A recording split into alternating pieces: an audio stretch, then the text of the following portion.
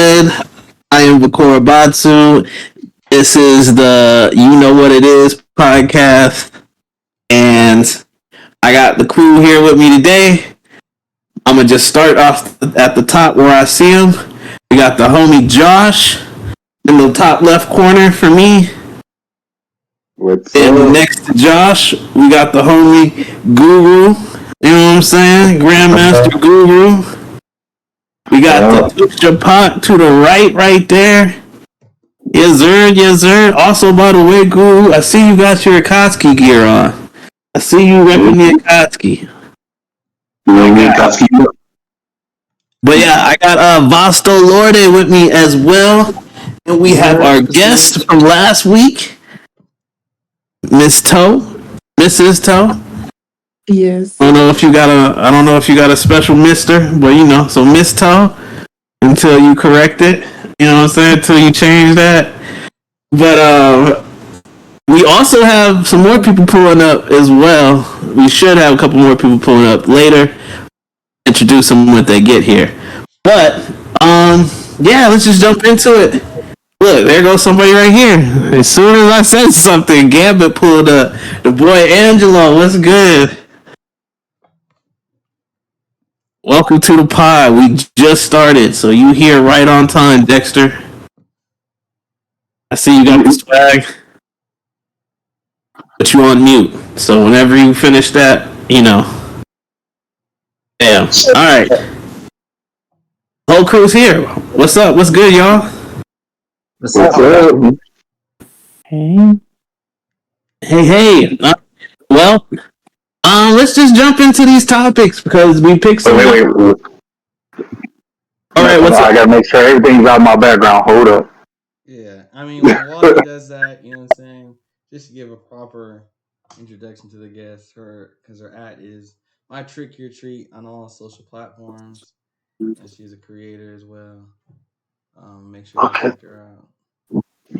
So, nothing's in the background that nothing bothers your stuff. Philip. Why you asking me? What, man? You got an image, bro. Like, what do you mean? Nah, you can. That's cool. That's straight. It's just Joker. Well, nobody's stuff jeopardized just because of my background. Oh yeah. I mean, Twitch be tripping, but you know, it depends on what we say. Yeah. Okay. So make sure everybody kind of says like, you know, smigorfed or something like that. Just make up a word instead of saying the actual word. Yeah. Okay, that should be fun. We can't curse at all. Can we say the N word? No. We can say nigga and fuck and shit because I've seen them do it like on a bigger, whatever. But it's just you can't say unalived. You know what I'm saying? Smooth. We got to start talking like. We have to start talking like Starfire. We're nibbits. Yep. Oh, man. Other than that, you know, we're straight. Let's get this thing started already. All right, yeah.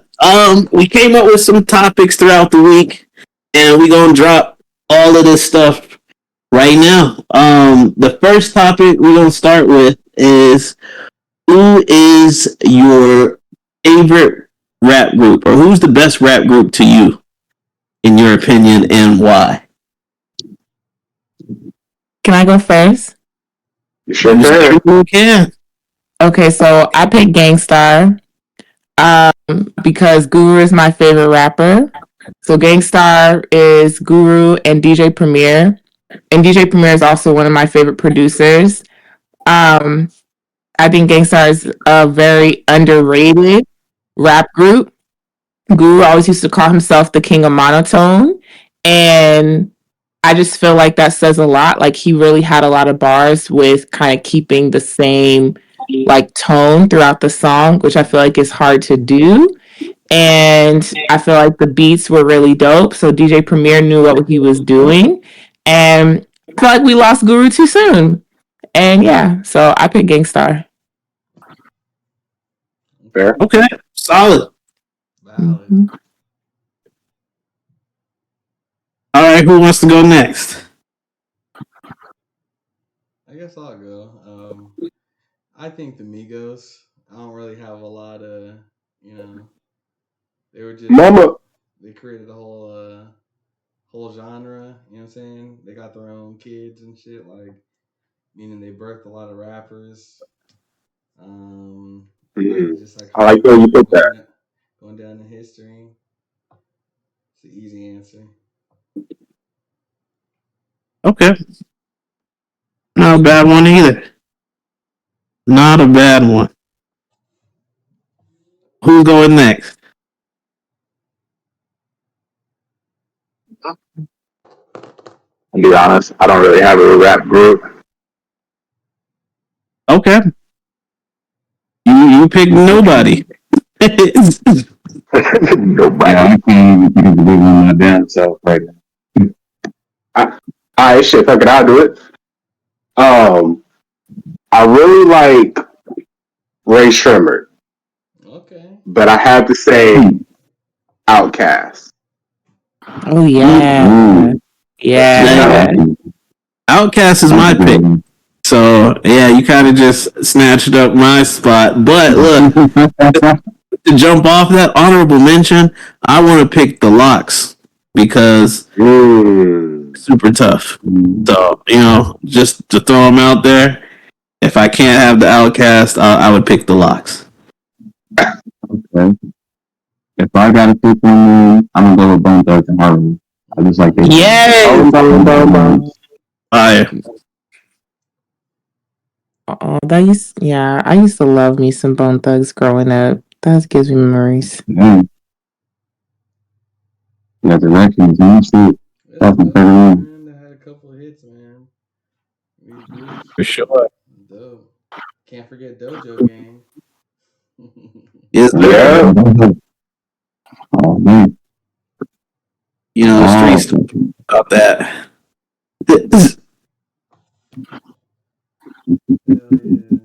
Hell Foster, did you pick a group?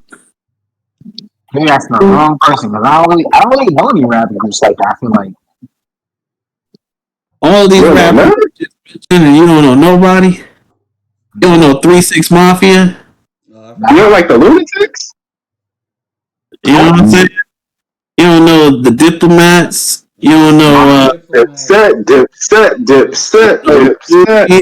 you know what I'm saying? wow. What about the Beastie Boys? Ooh, that's a good one. That's a rap group?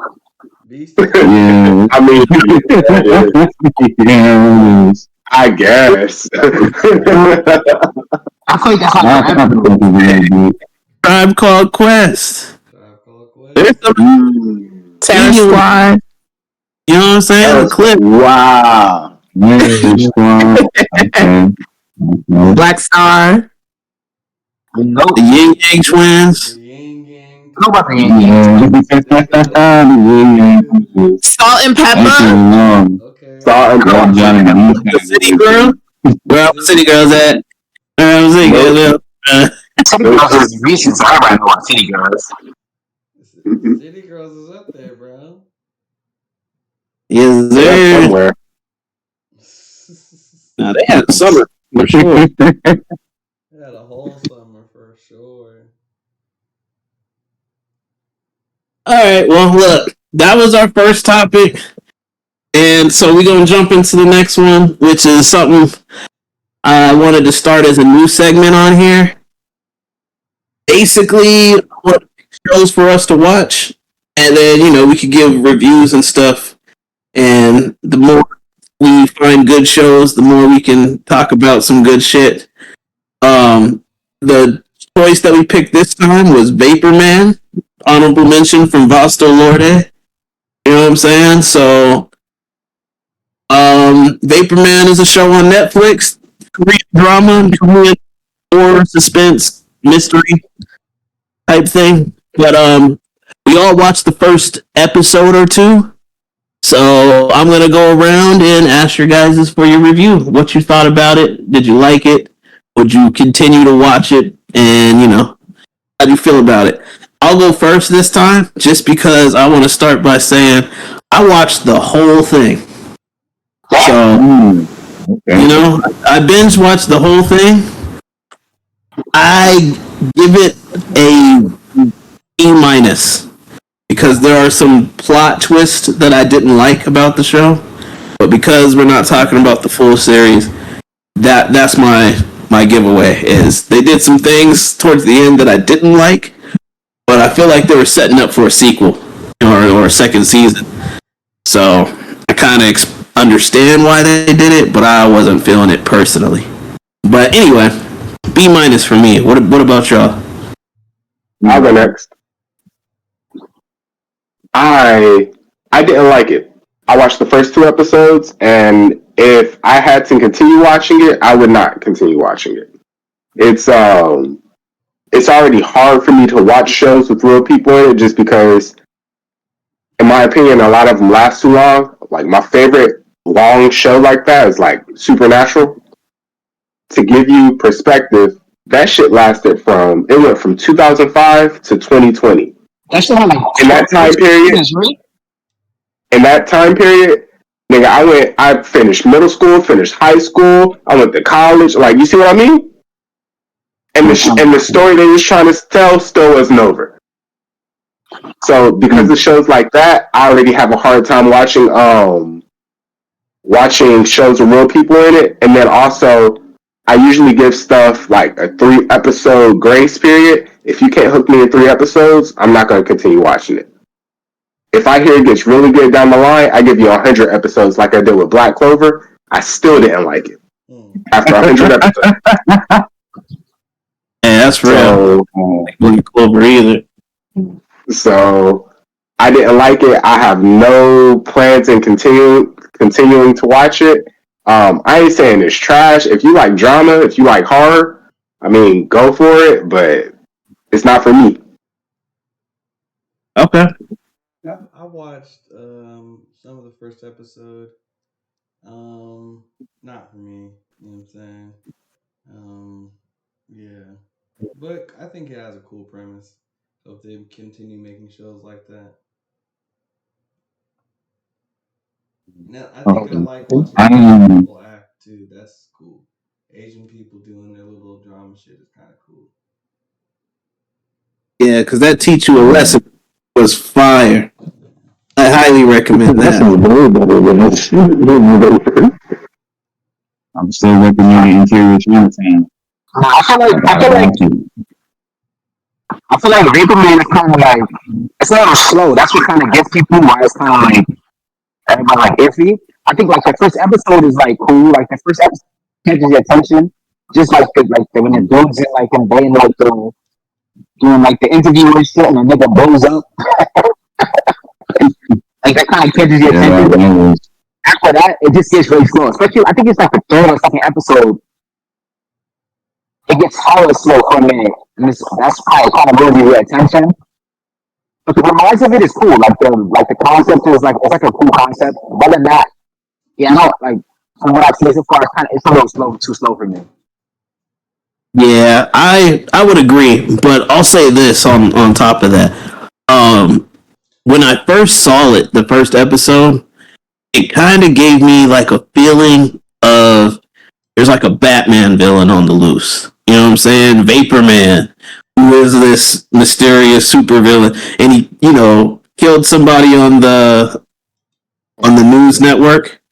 So that's how they draw you in, and you know what I'm saying, give you the whole excitement on the first episode. But 100% what you were saying. That's what I'm saying. Yeah, like it do the first episode, and it loses that like. Yeah, it's a slow burn after that for like 2 or 3 episodes, and there is a lot going on in that story. If you continue to watch it, there's a lot going on, and I think it's dope the way they pull all the characters and everything together. My takeaway, where I'm just like, dang, I wish they wouldn't have did that, is they kind of do. I don't want to say too much because of spoilers, but they do something with the main villain that kind of, in my mind, brings them down a tier. You know what I'm saying? It makes them less intimidating as a threat to me. So that's kind of where they killed some of the hype for Vapor Man for me. I don't know if I've watched second season. that's kind of where I'm at with it. But I do still think it was a good show. Okay. So, So for me, we continue this. Not that bad, bro. My fault. I didn't know. I thought about that. alright, for me, I went ahead and watched it. First off, F all y'all, because it's called Human Vapor. Yeah, Jackass. you're right. I mean, man, I was twisted. I was high. I was like, bro, for real?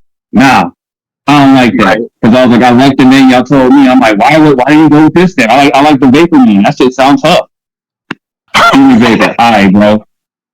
I don't know if that sounds tough coming out of the dude that just looks all sleepy and just like, Human Vapor.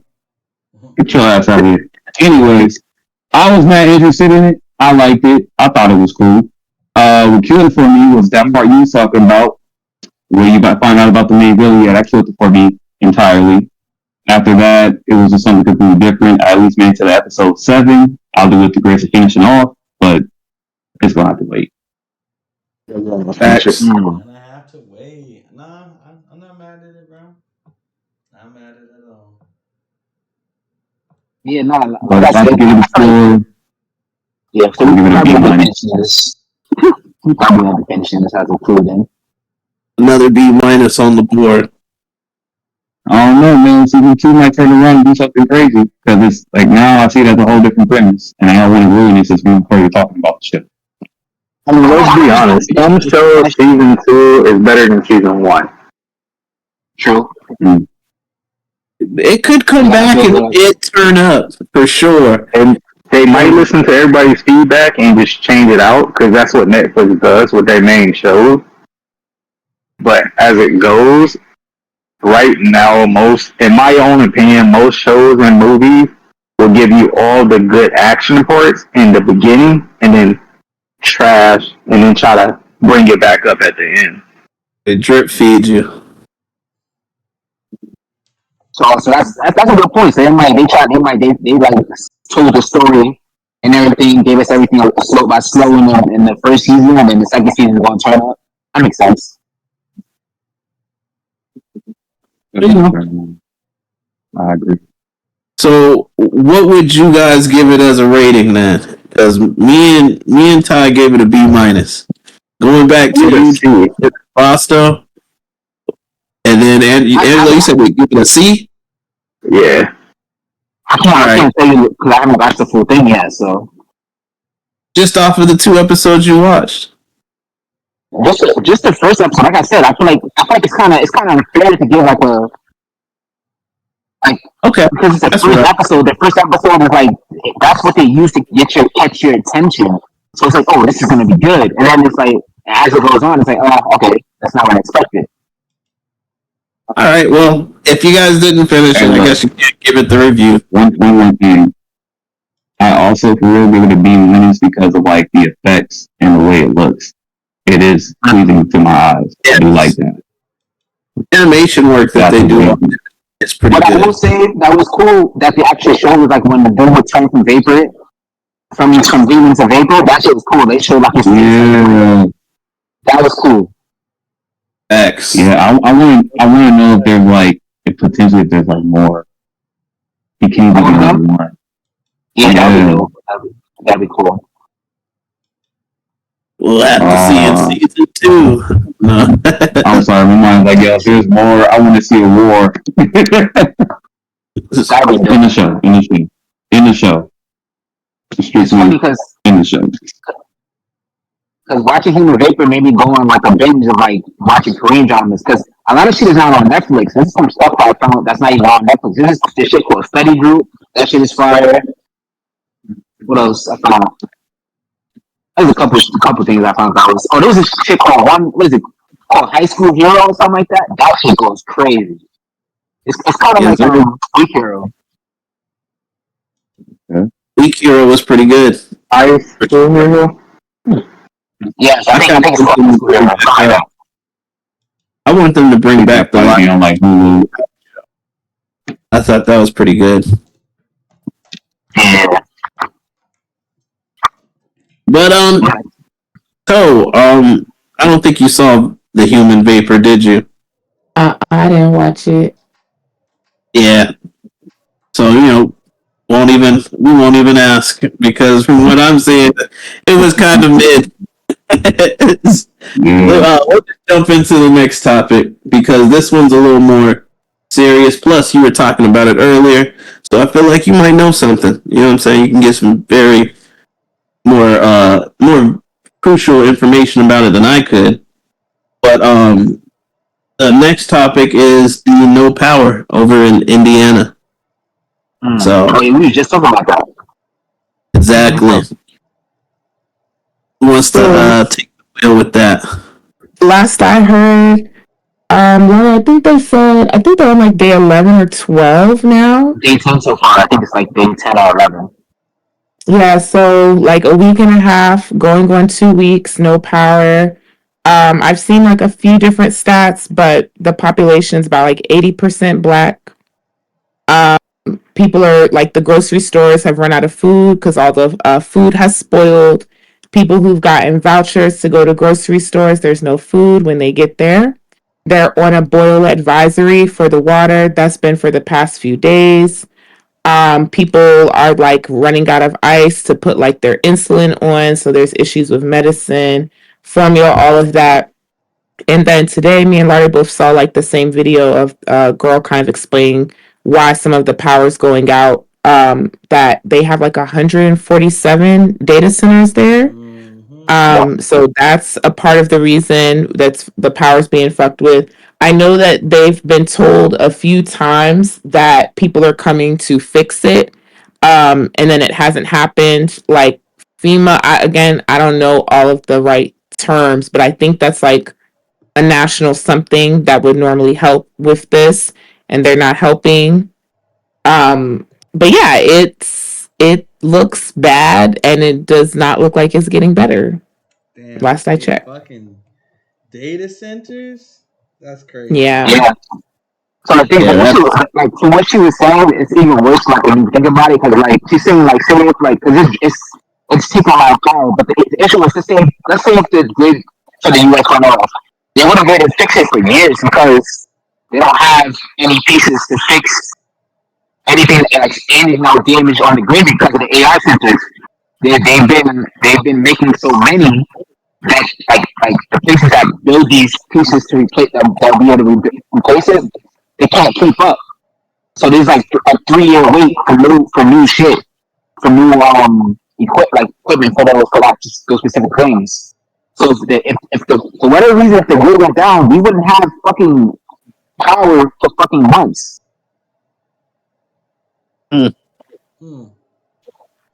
I wish them the best for real, because I know I would definitely be struggling in that situation, and you just don't want nothing like you don't want to have to go through some stuff like that. Honestly, I didn't even really know nothing about that until y'all started talking about it, and so it started popping up in my algorithms as soon as y'all was talking about it. That's funny. Yeah, that's because they're not really talking about it. Some place like you can see it now because now we're talking about it. We saw it, but it's not like you would think this would be national news, right? But it's only I think it's only seen like one news company talking about it. So they're the only people I've seen. I forgot which news it was, but I only seen like one talking about it. And okay, I want to correct myself. I just checked with Google. So Indiana, the state, has 147 data centers. So that's not just in the city of Gary, Indiana. But I think they have like some desolate or like free land in Gary, Indiana. And I think that's why they're building more and looking to build more in that area. Yeah, think about it. If Indiana alone has that many, imagine how many there is in the U.S. altogether. Yeah. And I like everyone online who's been talking about it, they've been saying the same thing. Like, no one's been hearing about it. No one's been talking about it. They don't want it to be national news. And I just feel like we all know because it's a black town. Like, I feel like that's the deep reality. I feel like if this was a different town, it would be national news. Because, like, in America, like, you really can't survive without power. People have remote jobs. Like, most of our food needs to be refrigerated. Like, We're not a country that can survive without power. Your average person does not have a backup generator in their house. Like, Yeah, you without power, you just, I remember yeah, when in Houston they had the fucking hurricane, the power grid went out. That was like crazy. Sleeping in the car because it was so fucking hot in the house. All your food is spoiled. Nigga, everybody's trying to Mm. get generators. Like that shit was out for like 2 weeks. Man, I remember when I didn't have no money and that SRP went out for like 3 days. Woo, bro. Fucking hurt. Water bottles was life back then because it was, out in Arizona, it gets hot. It's super, super hot. So, yeah, no power, no video games, no internet. You know what I'm saying? I'm saying, schools Couldn't are even charge closed. my phone at my crib. I couldn't even charge my phone at my crib. You know what I'm saying? And Yeah, that's just 3 days. That's just 3 days waiting for that check to hit. You know what I'm saying? But 10 days, a month, yeah, the whole city being like that, and not just your house, not just where you stay at. Like that's crazy. That's And very that's mayhem right there. Like just a month. Like imagine like all of US went out for a month. We wouldn't recover. yeah. And they can do it too. They said so online, and I saw this on social media too. It says that they're looking at getting it restored. NIPSCO, I don't know if that's a national power or if that's like for their state or just the town, but it says they're looking at getting it restored on the 25th. And then schools have been closed. And this one thing about schools being closed is we know like a lot of kids don't eat if they don't go to school. Like that's a lot of That's kids' true. only meal. So schools being closed for 2 weeks means that a lot of kids are literally going hungry. Um, and I saw this too. I saw people talking about like a lot of people's because it happened because of their hurricane. A lot of people still have trees that are on top of their homes, in addition to being without power. Like their houses are also damaged. So, listen, I don't know. yeah. It's definitely pretty wild. Josh, what do you think? I think it's terrible. I think the reason that people are doing okay is because even though this is a fucked up situation, a lot of people have been banding together, coming together. That's always going to be the answer. It's always been the answer. We just don't do it because we're Yeah, divided by things like race and religion intentionally, so we don't look at the problems. Okay, I see you. So I see you looking at it in a different. yeah, and it's because I have been seeing the stuff that you guys are seeing, but I've also been seeing the positive effects of it too. Okay, well, what's some more of the Which, positive effects of it? Because I'm hearing all these negative stuff. You know what I'm well, saying? it's mostly Right. just people are helping each other survive. That's most of what it is, but that's what it takes.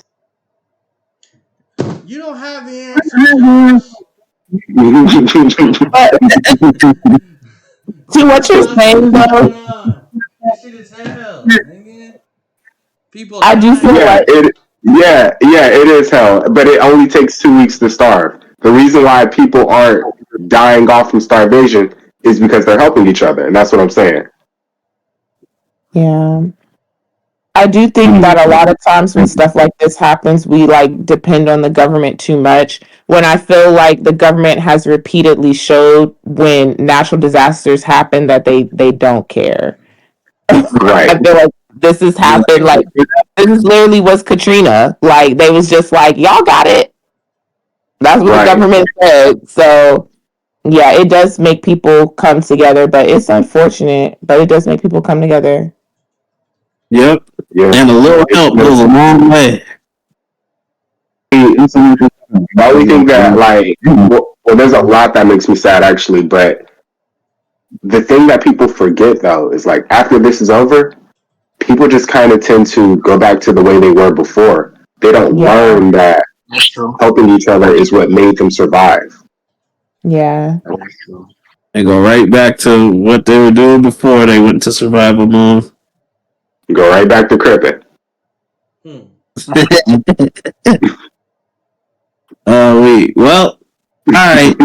We gonna jump into the next topic Yeah, I feel because like I've been I want to informed. do Like that's something a little crazy. more lighthearted. That's kind of crazy. Shout out to the people who are surviving and spreading the news. Keep going, keep fighting strong, and our prayers are with you. Facts. Prayers. Hopefully, we don't get.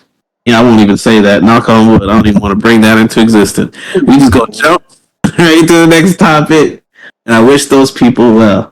Our next topic is how many red flags do you allow in a relationship or with someone that you're talking to, and why? If you're dating someone, how many red flags do you allow? Can I go first? Go ahead. 2. I do not believe in collecting red flags. 2 is one too many.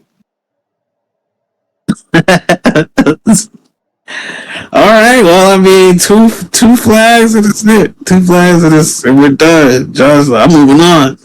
I'll say, Right. Too many fish in the sea. I'll say like That's a good 3 thing. red flags, and like it's like you have the possibility of taking some flags down. Like you might be at 2, then be like, all right, you was about to get them, now you back at 1, and then it just keeps going till you hit 3. For me, Okay. So you're saying red flags can disappear somehow. You know what I'm saying? All right. I mean, that's real, depending on what the red flag is. Like, she don't got a house. You know what I'm saying? She homeless. And then it's like, oh, wait, you finally got that apartment. That's not a red flag anymore. You know what I'm saying? She finally got a job. Now, yeah. It's time to think of my money. yeah, Like, for certain people, she's good. You know what I'm saying? And then they might pop back up, and then 1, 2, 3 strikes, you're out. And Well, she got her team. This can be like She platonic friends too. Like it can be a friend, it can be whoever. You know what I'm saying? Doesn't have to be romantic. Okay, just in general, red flag. I hear you. Let's go. Let's go to Vasta. How many would you allow? I say 2 too. But I feel like maybe like you can judge those flag like maybe like there's level 2 flag, like red flag, like if it's money and shit, but it's stuff that you don't like. 'Cause I feel like red flags is just things you don't like, right? You necessarily don't rock it or you may not like it because your relationship, right? But sometimes those things can be very minimal, may not be that important, whatever, right? But if it's like serious shit, 2 flags, if like I shouldn't have to deal with that shit. Always move on. If you're setting yourself up, if it's serious shit that you don't align with, and you don't immediately either leave or address it. Can I speak on that a little bit? Yeah. So there are terms for flags that like stuff you can live with. They're called like beige flags. I don't count beige flags as red flags. I never heard this. Why did you make this shit up, bro? Fucking beige flags. No. Put me on big, Josh. What you got for me? What is these beige flags, bro?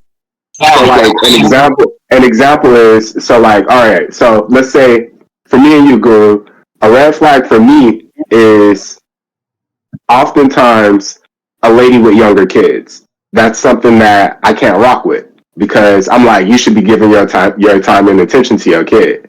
Plus, I'm an Aries. I like to feel important. It's self-centered, I know. But for Guru, it might be a beige flag. It's not a red flag. It's not a deal breaker for him. But he might like somebody more, but it's not a deal breaker. Okay. I think the one. Man, Yeah, no, for that. in the building. Hell yeah, shout out to the Aries. You know what I'm saying? Okay. Shout out to all. All right. Yeah. So for me, when it comes to that, I'm gonna say it just depends. I'll probably say like 2 major flags, but also it depends because like if you're talking relationships, you cheating, one offense, you done. I'm sorry, ain't it? No, fuck that, you're done. Yeah. But it's just other little minor stuff like something that's like okay, she doesn't know how to do that, but she can learn how to do it. Cool, but if you're gonna keep showing that you're not trying to do it, then hey, 2 flags. But that's it. I would flags. give 2 tries to learn. My girl cheat on me, but she gotta let me cheat back. 2 flags on the flag. That's how She gotta give me a whole ass. That's a whole Well, you know she not gonna go for it. She ain't gonna go for it. She gonna have to because I'm cheating. I'm cheating back. But You gonna find your ass in the bathtub too. let's simply have a conversation since it was brought up. If your girl cheats on you, or if your significant other cheats on you, is it a wrap for you? We'll start with that first, and then jump into the next one. So for Josh, it's a yes. Yeah, and I'm gonna tell you why. I'm gonna tell you why because it was explained to me in a way that I never thought about before. It's not something you do on accident. Like you have to choose to be deceitful. Then you have to talk to this person. You have to communicate multiple times. You have to get this person's number. You had to go and meet up with this person. It's not an accident. All this is intentional. It's not like, oh, they was laying there and I tripped and fell and landed on top of them. That's not how cheating works. so since it can't be a mistake. Well, look, here's the thing though. It still can be a mistake because you could fall victim to temptation, and even though you know it's wrong, you still slip up and make the mistake. Now, right. So how long are you falling into temptation? Oops, I accidentally got her number. Oops, I'm at her house. Oops, my pants came off. Like how do you? As long as you're entertaining it, as long as you continue to entertain it, that's as long as you're making that mistake. It's not just one mistake; it's multiple mistakes that lead up to whatever it is. Yeah. But here's the whole thing. Here's my whole thing. I get what you're saying, and you're like, because you just can't make that many mistakes. You can't. But just you know what? No, that's your answer. I'm gonna let everybody else answer first. They don't get the part. Well, hold on. I want to say one more thing because what you said reminded me of an episode of like That 70s Show. Kelso goes. No, I think it was like I think Eric walked in on Kelso sleeping with somebody walked in on Kelso sleeping with their girlfriend, and he's like, "Oops, it's an accident," and he goes, "You're still doing it." He's like, "It's still an accident." The fuck? Yeah, he was still making that accident. Still making that. I know what you're talking about. I remember that episode. But let's go to the next person. So Josh says, once you cheat, it's over. I believe Guru said the same thing too. Once you cheat, it's over. Yeah. That's it. Angelo, how do you feel? The cheating part, look, I agree with Josh and Ty because fuck that. I can do that by myself, man. I can do that by myself. Hey, I like that answer. Especially if I'm dropping all the money and my time on you, and then you decide to go do that. Yeah, I'm gonna waste my time and money somewhere else. that's real. I hear you. Like, you know how many bills I probably skipped out on just to try to treat you right, take you out and stuff, and put myself back in a hole. I'm out here curving girls that's trying to talk to me left and right for you to stay faithful, and when you playing in my face. Okay, you don't like it because of the investment that you make. If you're investing your time in someone, Isn't a relationship an investment anyway? True. Big facts. These niggas is speaking facts. mentality. Motherfucking spitting. And then you broke my trust anyway because we both just agreed to be in a relationship, meaning we're not entertaining other people. Oh, that's extra context. I don't know if y'all agreed to be in a relationship. Well, you said, Hey, remember, relationships are with people though. So if you're not gonna respect it, hey, fuck out of here. I mean, it's not a contract signed in blood or anything, but still, we made that commitment, we agreed to it, and yet you went to go do it. It's an honor thing for y'all. It's a trust thing. Trust Yeah. issues. I'm hearing a bunch of trust issues. Y'all should listen to Drake. Fuck out of here. Nah. I can't. He don't sound the same no more. It's like Melvin Conwood now. How you answered the question? Who, me? Yeah. It wasn't my fault. What was the question? Well, actually, look, we 2 questions. Well, never mind. You already answered the other one about how many red flags. So, would you allow your girl to cheat on you or not? I don't know. He said, "Hell no." He put an extra little oof in his no. She can kick rocks. Yeah, that's Hold on. right. Right. That's his. I think there's some merit. Go ahead, Josh. Like, Okay, I apologize. I think there's some merit to what Pac was getting at though. So it's because of the way you just phrased it, Victoria. You said, "Would you allow her to cheat?" So what Pac was saying was like, if she cheats, I'm gonna cheat back. Right. It's not. Here's where the separation comes in for me, right? If it's like, oh, they doing some stuff behind your back, that's cheating.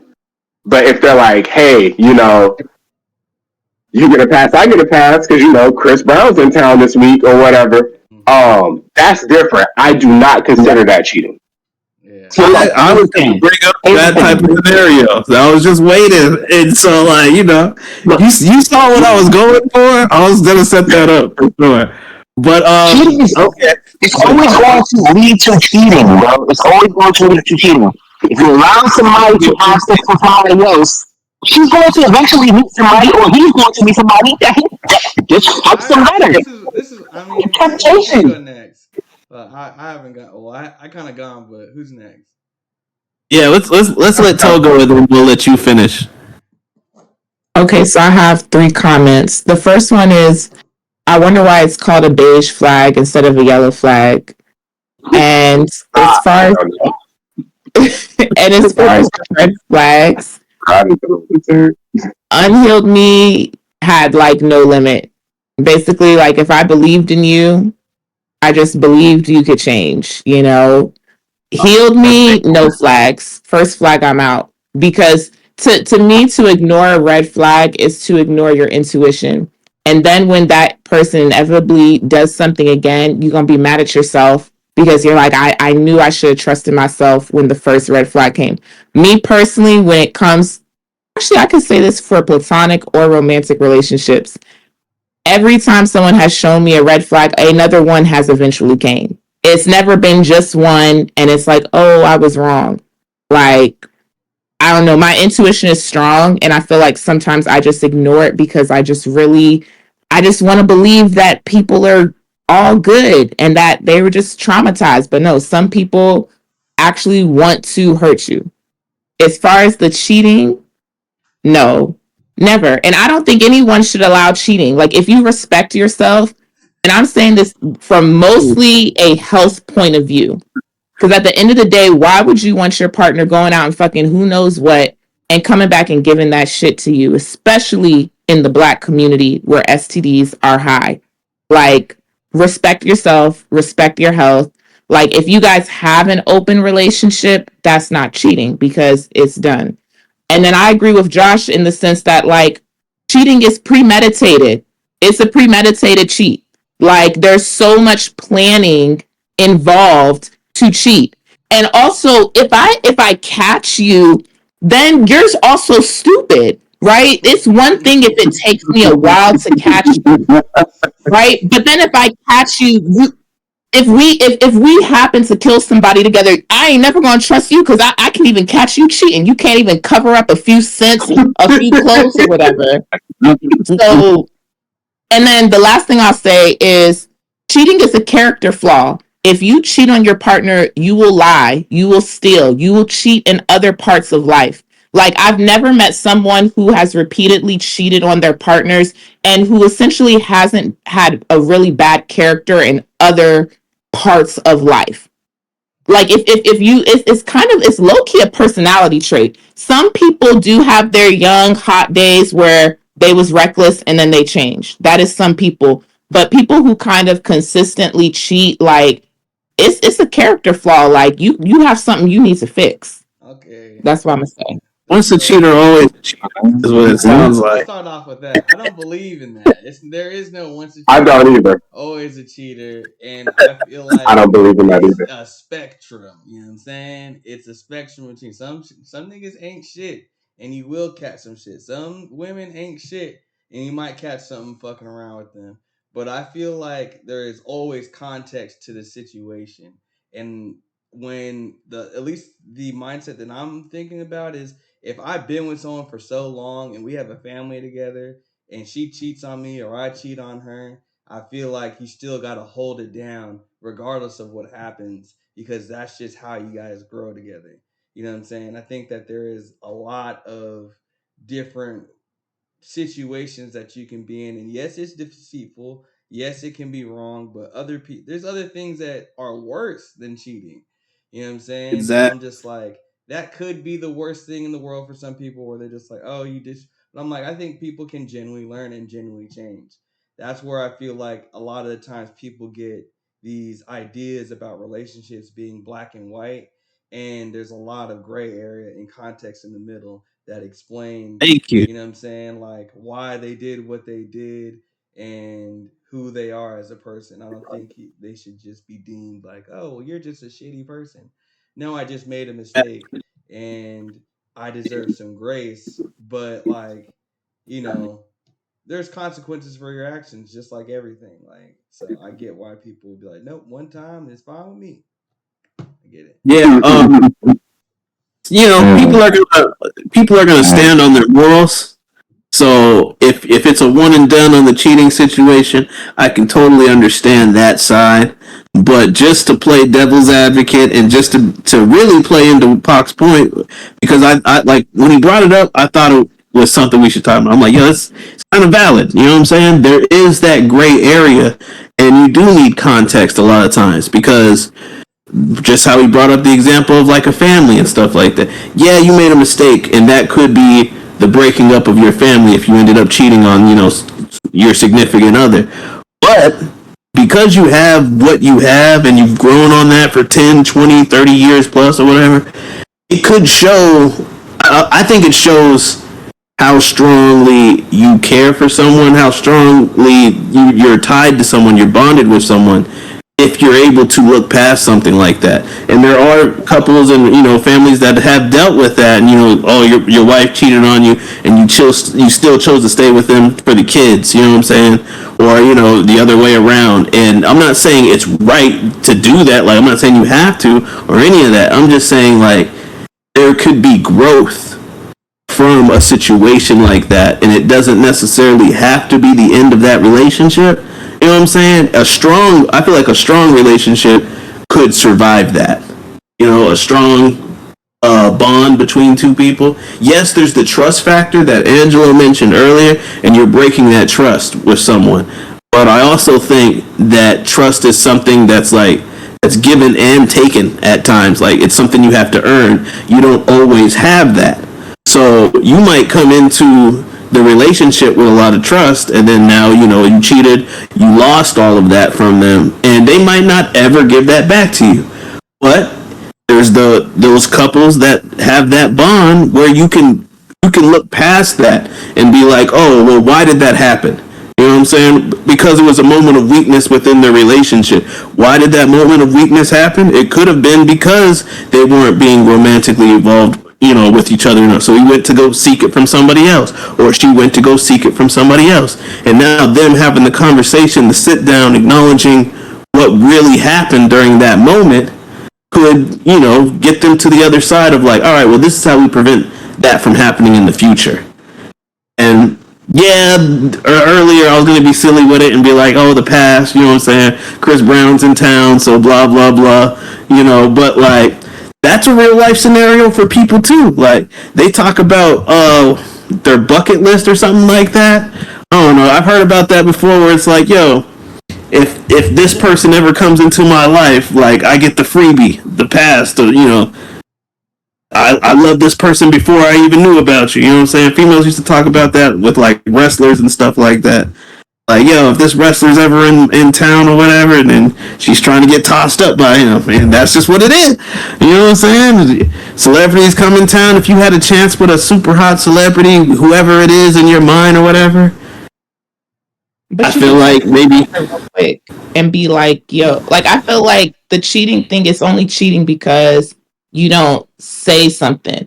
Like, I feel like the whole thing about cheating is very have my cake and eat it too, because yeah, you legit might want to fuck someone else. That is completely valid. Tell your partner, hey, I know we're in a relationship.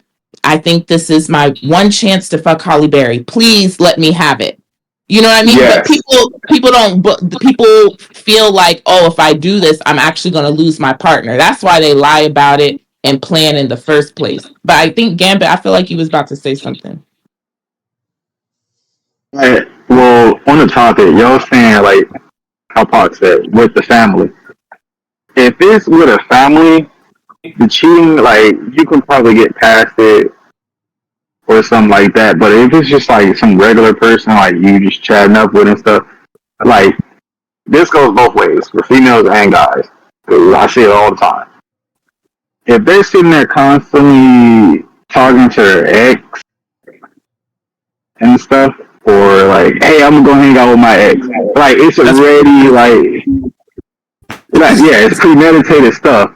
But I'm saying, like, like y'all say, it's a lot of gray areas. Like, a family, you having a family with that person, putting in the time, that's different from you talking to just the person you just, haven't built everything with yet. I agree. And that's why I see, like, there's a heavy gray area right there.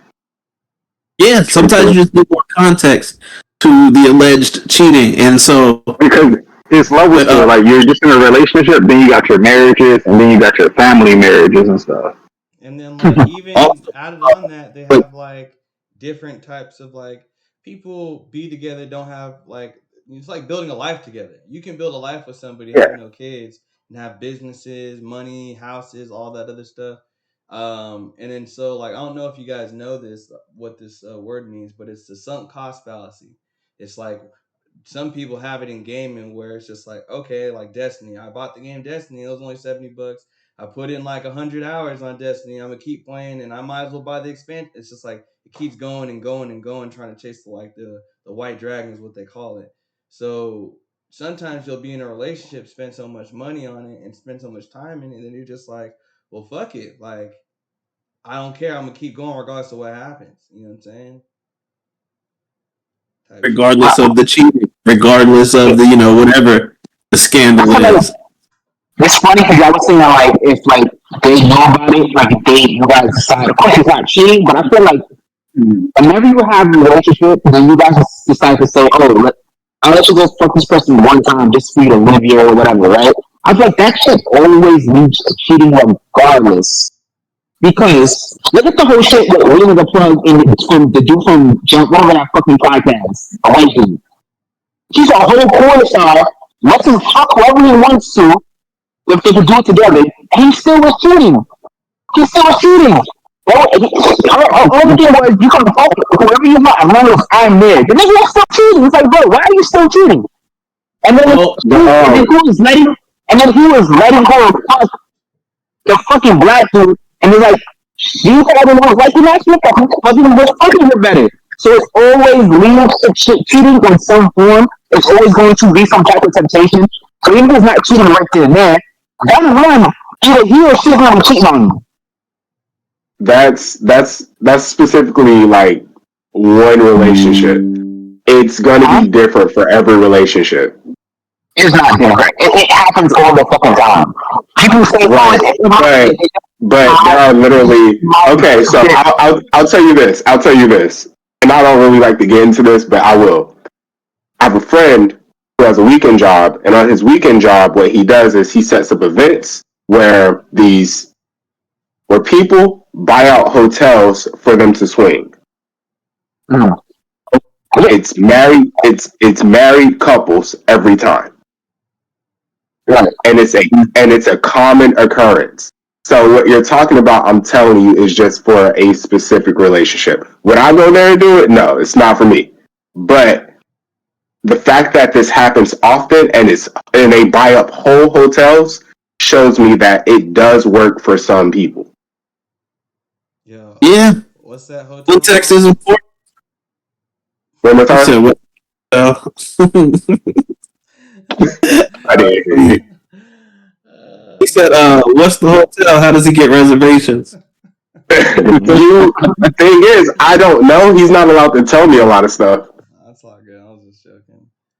You gotta be in a relationship first. They're only swinging. Hey, look, drop the weed, drop the Hey, inside. somebody, you know what I'm saying? Act like we've been in a relationship for a minute, nigga. Shit. Nah, that's funny. But so now, just to wrap this conversation up, because I didn't answer the question, the first question, was how many red flags would you allow? And for me, the answer is 3 or 4, and it's one more than what you guys are allowing. Most of you guys said 2. I think Ty said 3. But the reason I say 3 or 4, that fourth one is if you really like that person. You know what I'm saying? You really wanted to work out with them, so you're willing to give them that extra chance. But I'm just looking at it like a 3 strikes and you're out. You know, you pretty much, the first one, you might look past that because I see like nobody's perfect. You know what I'm saying? So in my mind, the average person's probably going to have 1 or 2 red flags. But once you get to that third one, in my mind, that's when I'm like, all right, well, how much am I really willing to put up with here? You know what I'm saying? Like, am I truly going to be happy in this relationship or not? And if you keep seeing red flags after that, then it's like, all right, I gotta go because, you know, this probably isn't for me. Once you find the fourth one, you're gonna find the fifth, you're gonna find the sixth, you're gonna find the seventh. Just like what Toe was saying, you know what I'm saying? But I think you can at least allow 1 or 2 red flags because nobody's perfect. You know? That makes sense. Perfect, babe. And Perfect for me. Come on, I mean, I think you gotta allow some red flags, you know, because I need like 2 or 3. yeah. Yeah, and it's not like I feel like, you know, Nobody caught that. Nobody caught it. we That's okay. having like super high expectations. I'm not I didn't saying catch have it. a high standard or whatnot, but like sometimes you just gotta like, you know, understand that you know everybody's human and they make mistakes. You know, you just gotta find like what's good for you type shit. I think that like there's hope on the other side of the tunnel. You know what I'm saying? You know, so if he cheats But yeah, so once or twice, you know what I'm saying, give him another chance. So I'll say this. Look, with my last little 2 cents is, I don't believe in cheating. I believe if you are having that temptation and you're thinking about it, you might as well just put the relationship on ice. You know what I'm saying? Yeah, you're gonna hurt some feelings either way. You're gonna hurt some feelings if you get caught cheating, and you're gonna hurt some feelings if you have to break up with someone just so that you don't cheat on them. I just feel like the rip the band-aid technique, in my experience, just works a little bit better. I feel like women respect you a little bit more if you just own up to it. Right? Hey, this ain't really working out. I wish you the best. You know what I'm saying? Found someone else that I'm interested in, and I'm gonna pursue things with her. No hard feelings towards you. You know what I'm saying? She might still not fuck with you afterwards, but it's like she'll respect it more than being like, yo, look at this nigga and who he was talking to, Keisha all up in his DMs, blah, blah, blah. You know what I'm saying? And now you got all this craziness that you dealing with. They blowing up your phone, telling you ain't shit. You know what I'm saying? So it's just, in my mind, easier to deal with scenario 1 over scenario 2. But yeah, I wouldn't put my girl cheating on me either, but I would allow it in that scenario where we're talking about the Chris Brown thing. You know what I'm saying? If you got somebody that you've just been head over heels with your whole life, you know what I'm saying? I don't know who that would be for more significant, but you know what I'm saying? If that dude's in town, I'm like, I totally get it. You're trying to get knocked down by such and such. You know what I'm saying? If I ever run into Kiki Palmer, I'm trying to holler. I don't care. You know what I'm saying? Yeah, Think she don't got you want Michael B on? still don't She got care. it for Michael B on. I think she One thing I do want to add on this topic though is that regardless of all of our number of flags and our reasons and what we allow, what we don't allow, everybody on this planet all loves in a different way, in a different fashion. We all go for something. We all won't go for other things. You know what I mean? So I say this: do what makes you happy, but at the end of the day, have respect for yourself and don't just be going for anything. Yeah, and That's it. and cheat back. You know what I'm saying? You know what I'm saying? Yeah, I know they say, you know what I'm saying? I know they say two wrongs don't make a right. Shit, we finna make that right. Get another baby mama behind your back and have a whole nother family, and she don't even know it. Do that. See, this is why I said Pop need like 3 or 4 flags. See, you need extra flags. I also want to say that I feel like this is related. cheat on her with 3 black chicks. You gotta up the number every time. Yeah. I do feel like people will allow cheating from people who they like secretly think are out of their league. Like if you already are dating someone and you don't think that they're all that, you're not gonna allow cheating. But if you're dating someone who you feel like you low key couldn't get, you might let them cheat once or twice. But that's all I'm gonna say about that. That's really since we're talking about cheating in relationships. One thing I want to throw in there, I feel like being in a relationship is like low-key an aphrodisiac to people that are not in a relationship. People know what they can't have. They love to break that shit up. Everybody's looking for that movie one where it's like, yeah, I'm that motherfucker, I'm that nigga, or for shouties, I'm that bitch. You know what I mean? So it's just like that. It's how it works. I guess like The heart wants what the heart wants. Somebody that cheats. I think NBA YoungBoy said this is like, don't trust somebody who would cheat on their woman or something like that, or like somebody who He said,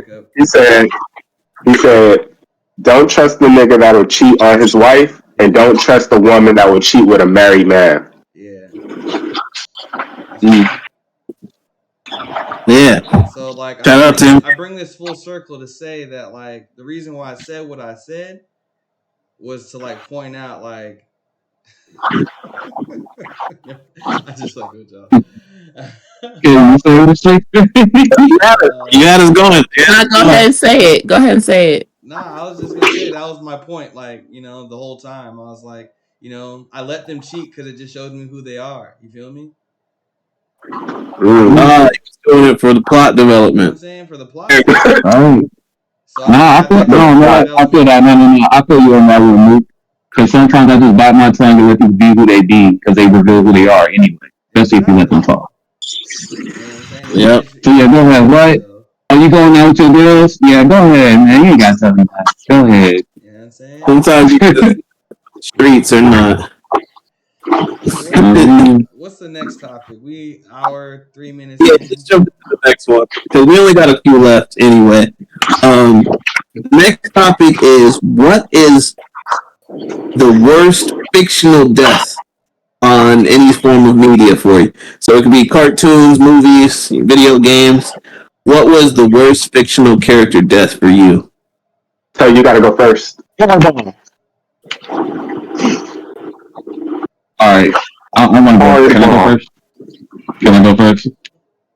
Alright, so that's a hard one for me, but out the gate I'm gonna have to go with one that actually like kind of impacted me a little bit, but I don't even know why. But it was right after they stopped showing Naruto on TV, so you have to go on like the internet and shit to start watching Naruto. So it's like right when they went to show.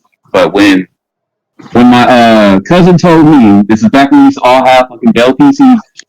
When my cousin told me that Asuna died, I went to go look that up and see how it happened. That shit hurt my feelings so bad. I was sad for like a week. And I don't even know why, because I don't even like Asuna like that. Hey, that's real. Not my boy. Awesome. I was hurt. I was like, no, we were supposed to get recording on. We had, oh no. I was like, the next, I was like, yo, what about the kid? How'd they turn out? I know the getting juices in their hands gotta be crazy. Well, we didn't get nothing. I bet. I was hot. That's real. Asuma's death was very sad. That shit hurt me, man. Facts. Damn near shed a tear, bro. I went in my room. I didn't want to talk to nobody. Facts. And then like everything that happened after with Shikamaru, like smoking the cig, like you just felt for that Man, yo, back. Ooh, that lick back. Yeah, he Oh. did get back for real. bro, when he was talking to his dad and they were playing shogi, and he was like, "Look, man, you gotta learn how to deal with that." And he was just like, "What are you talking about?" He was just like, "Look, man, let's be real. Your homie died. He got murked. You just gonna sit around and hold that in all day, and then knock the shogi board over. He started crying and shit like that. Man, that was a deep little moment in Naruto for sure. But yeah, so awesome passing.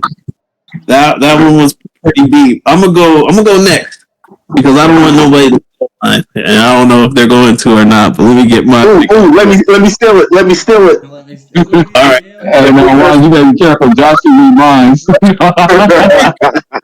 don't know. I'll give him a chance. So go ahead. No. Because with this one, I got you. I got you. I bet it was Pokemon, huh?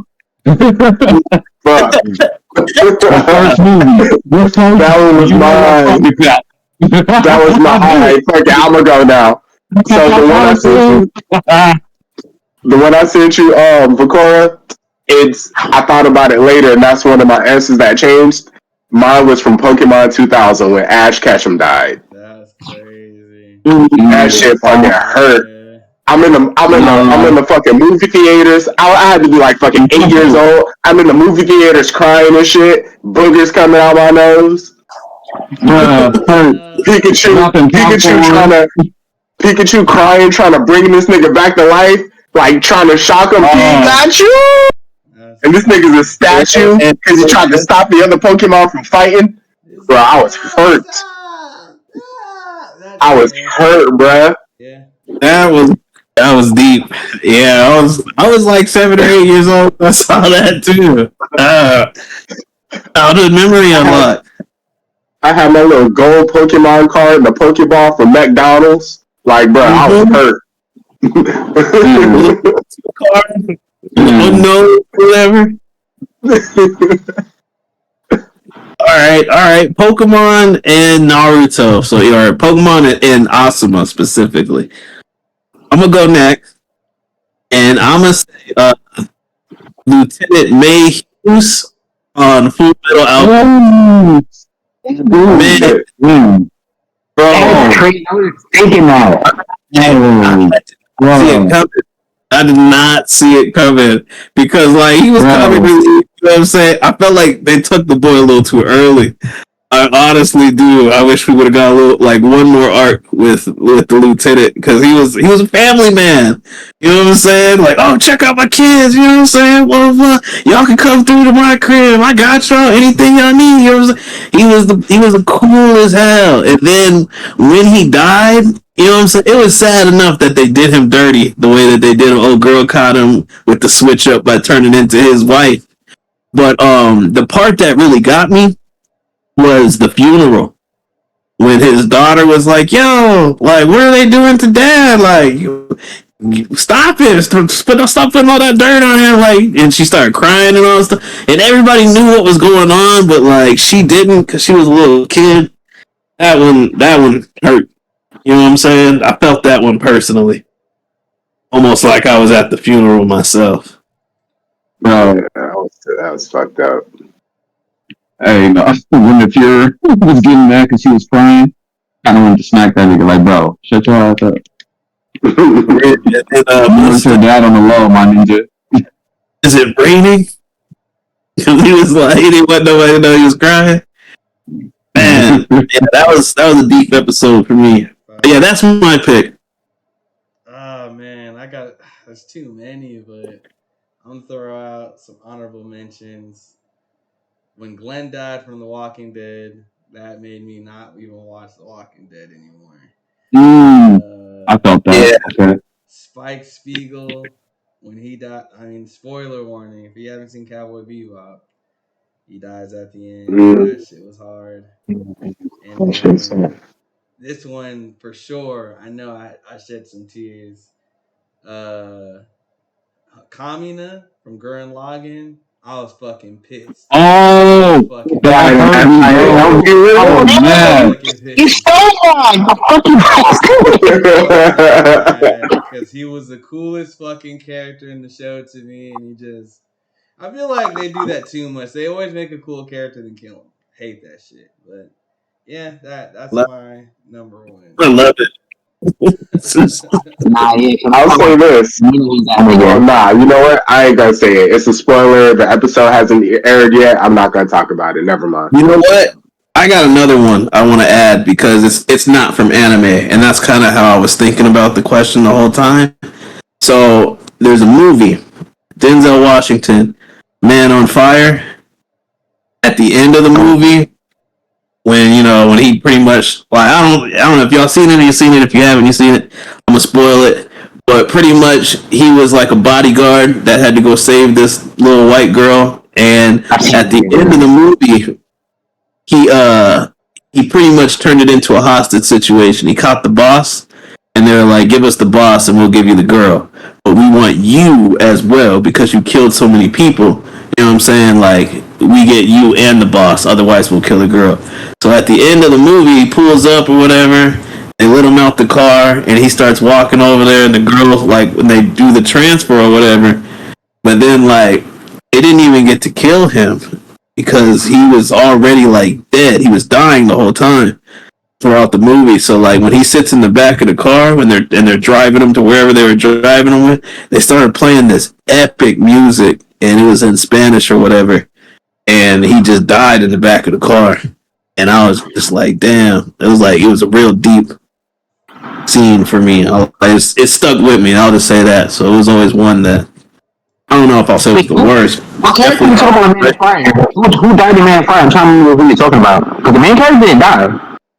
And Denzel Washington at the end of the movie? Oh, alright, never mind. Yeah, I think so. Gotcha. Never mind. Yeah. I think that's how But yeah, maybe not the worst death I've seen, but just one that had an impact on me.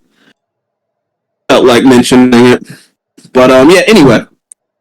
Who's going next? I'll go. Okay, so I think the Man on Fire one, that was really good. And I remember that music that played at the ends. And I remember her running to hug him like, crazy. Like, that's one of my favorite movies. Like that. I mean, Denzel's an amazing actor, but that movie, like, that was a really good movie. So that's a good death per se for this question. I'm surprised nobody picked mine. Like Lion King, Mufasa, like that was very terrible. That was very sad.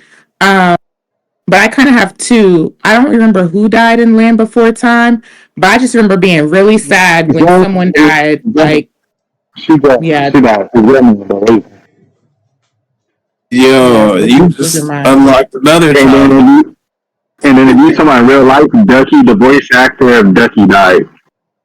Oh, dang. Yeah, in The Land Before Time. You know what else was a really sad death? The Fox and the Hound. Ooh, man. Bro, like, I can't even watch that movie. That movie's so sad. Like the ending of that movie, was it when the hound dies or whatever?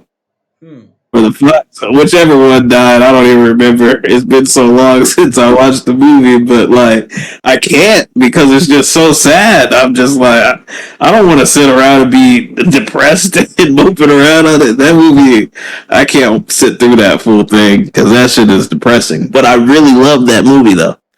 I watched it all the time as a kid.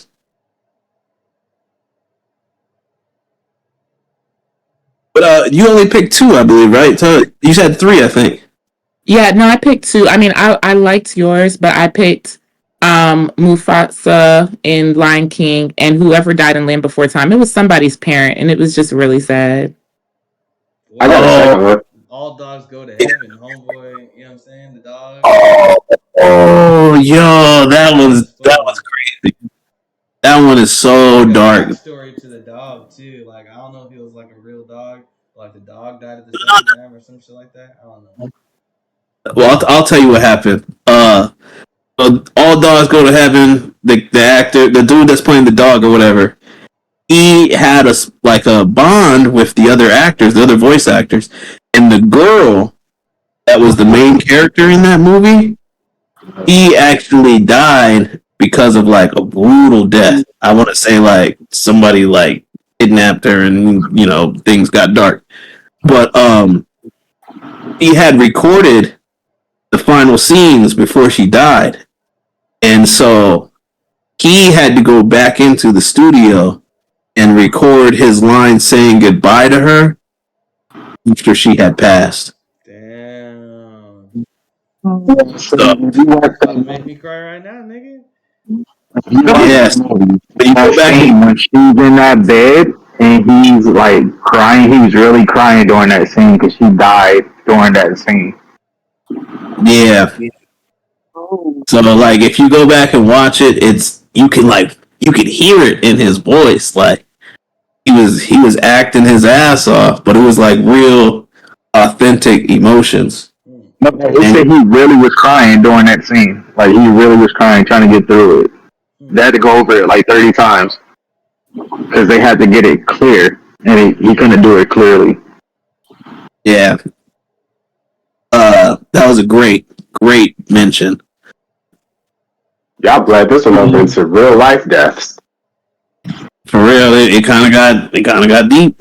You know what I'm saying? Yeah, but they're still not real characters. But so my two, I got two. This, and both of these I kind of feel like they kind of almost ended the shows in the beginning. Especially the first one. No, the second one. I'll tell you the second one after. But the first one is Glenn from The Walking Dead. That hurt a lot of people, man.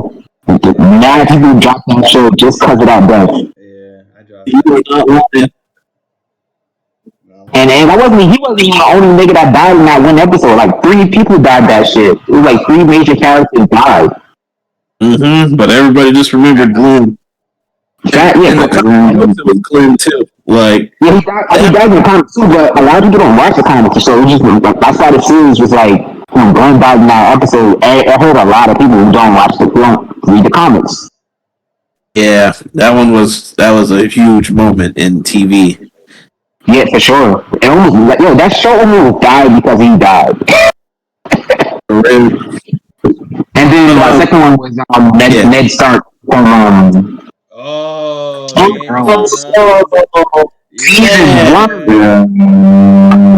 It's like Fight too. That's what made it even worse. Like, that still pisses me off, bro. That still to this day makes me mad. They didn't even give him no screen time, bro. They made him an important character and they immediately clipped him.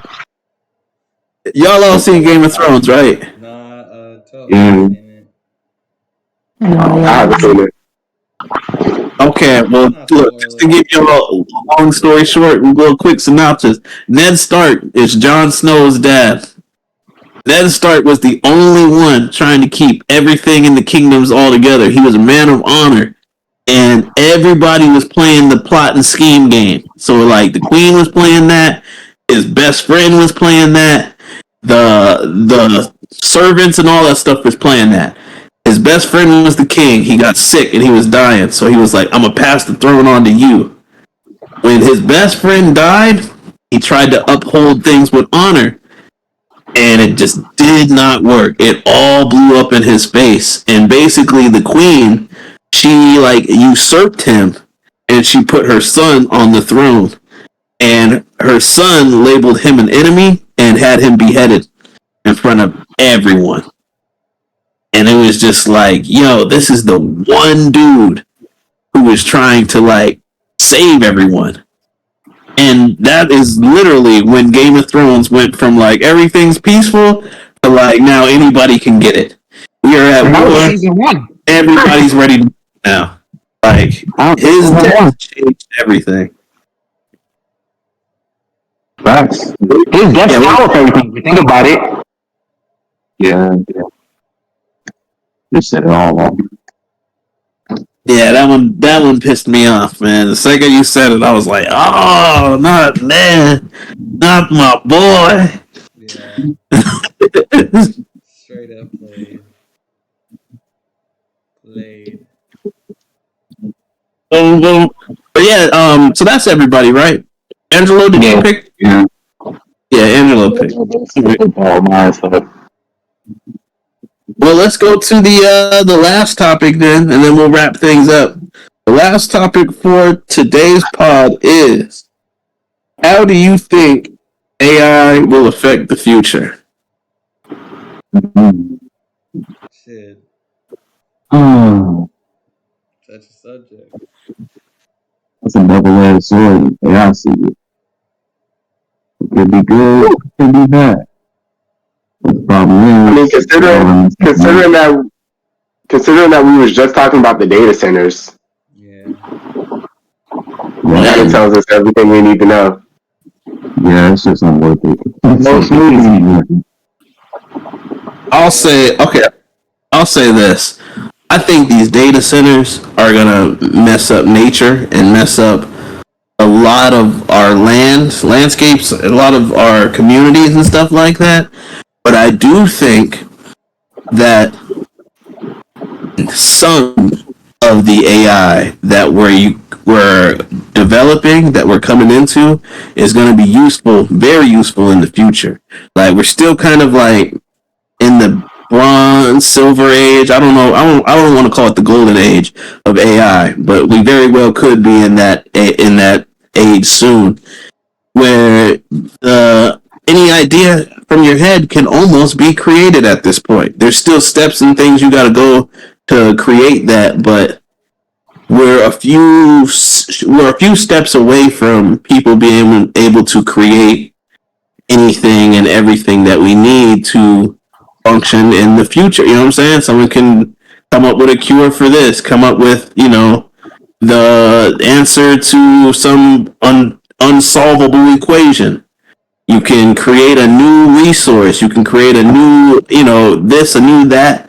It's all about whatever ideas you put into the AI and you work with it, and, it's a back and forth thing, but I think there are some people that are just using it so nonchalantly, so haphazardly, that there's a lot more harm coming than good. There's a lot more useless stuff coming in than useful. But I just think it's a give and take. You know what I'm saying? I do think we need it because I think we're moving into a new age, and that's going to be something that's like pioneering us into the new age. But I don't think everything that comes with it is good. I think there's a lot of things that you're going to, a lot of people's toes you're going to step on when you start using AI, because you're essentially replacing people. You know what I'm saying? And when you are replacing people, there's a consistency thing, there's a level of effort and talent and all that stuff that you're missing out on. Some people, artist-wise or whatever, they're getting the short end of the stick, but you might find some really talented artists that AI can't copy their style. You know what I'm saying? Because they're that talented. So you got these one-of-a-kind artists out there, but then you also have that ground-level artist that using AI, they're able to create things on a whole nother level that they could never create before. before these tools were available. So I think AI is a very useful tool. I just think people in today's age are using it irresponsibly. So in the future, I think AI will be the thing that takes us to the next age. But I think in today's world, AI is kind of a double-edged sword. Yeah. I'll say this. I think that AI, like, let's say that AI didn't, like, there was no, like, AI didn't affect nature and our power grid and all that shit. There was no side effects in that, in that specific, right? But I think AI would it's still going to destroy us eventually. I think that, like, AI makes us, things like that make us lazy, and we're already dealing with the situation of technology making just using the next generation. We're already considered the dumbest fucking generation. Well, not our generation, but the generation after us is already considered stupid. And it's just gonna continue to get worse. And like AI, I think like also AI, you gotta think about it. People already do evil shit. There are people who are in the 1% that just do fucked up shit. Right? Since they already experienced and did everything in the world, they just start doing crazy shit. Now you give them AI, and once they get bored of that shit, what they're gonna do with that shit? They're gonna do even more fucking evil and fucked up shit. You think the shit they do is evil now? But you think they're gonna do it AI? It's gonna be 10 times worse. I agree with everything you just said. Everything you said, 100%. I agree. Yeah. It's like, I feel like any kind of technology, they can do just as much good as bad. Like, I feel like anytime a new technology comes out, internet, social media, phones, it doesn't matter. Like, there is always good that can be done, but I feel like humans are going to do the human thing, and they will find a way to make shit really bad. And like I already said, like, we're seeing it in real time. Like, the reality is everybody knows these data centers are bad. There's been so much information online about how they're using drinking water, they're messing up these towns, but it's not going to stop anybody from using it. I feel like I see more AI posters every time I go on social media. I'm seeing more and more. I saw an artist who, I don't know if they're signed, but an artist who I'm pretty sure I've seen in concert, like, well known enough, like Kamau. And I seen that their like album cover or something of their release was like very clearly an AI poster. And I was like, I know you have money to afford an artist. Like, this is getting out of control. So you know what's crazy? I don't think when AI first, I like to add to that. Yeah.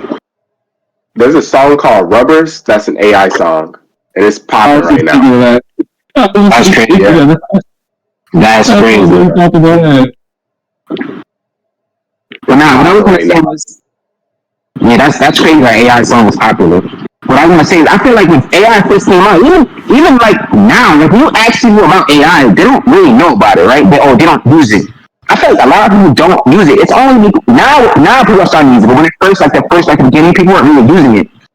And I think a lot of the stuff that we see that's AI, it's not regular fucking people. They're generating this shit. So people see it and they're like, oh, that's AI. Everything's AI. So now it's like, without people realizing it, they're like, oh, everybody's using AI, so let me go use it. yeah. Yeah, that's definitely some people in the world too. Just now catching on, just now starting to use it, and being like, Yeah, hey, but you see everybody else using it. yeah, it's becoming more of a household tool. Even before AI, clean drinking water, we were already running out of clean drinking water. Because most of our drinking water, like, you do have spring water, but most of our water, like our tap water, is groundwater. And that's what they're using. Well, what if we use AI to create more water? We have to create more water, right? What if we just stop using? Wait. The algorithm. Hold on. Why don't we take it? That's one step too far. Why don't we just stop using AI? It's too late. That's like to tell people to stop using the internet. True. X. I don't think it's that far, but I get what you're saying. I think it's Bro, that stop far. using your phone today. Yeah, Stop like using your AI is in a lot of things, and like honestly, to me, AI is a buzzword. Like I was talking about this last time we were talking about it. Like AI that you see today isn't really AI. It's really a large language model, but that's good at predicting things. The AI that I think will be the end of us is an actual thinking machine that has emotions and can think and all those other things, and likely wouldn't be able to make its own choices. So, and I think that there'll be multiple of them. I don't think that there'll just be one. I don't think so that uh, AI or thinking machines is as malicious as people think. I think everybody automatically assumes like, hey, they're gonna put us in the matrix and absorb our energy like batteries. Like that might not be the thing. Like so, say there's no drinking water or whatever. Like or all the water's gone. They use all the water just to make a thinking machine. It will be instead of killing off all the humans, it might not even care. It might just be like, all right, like I'm so advanced that I'm going to like protect the humans because they see us like we see animals and shit. Like the thinking power that this fucking AI general intelligence will have is so beyond us that it's just at least in my mind that it would look at us as insignificant and not need to exterminate us. Well, I think let me ask you a question about what you said. okay. If they protect the humans like we protect the animals, hmm what's the best way to protect the humans? Shit. Put them in cages. Human zoos? I don't know what that answer to be to that type of intelligence. That type of intelligence Well, is something that.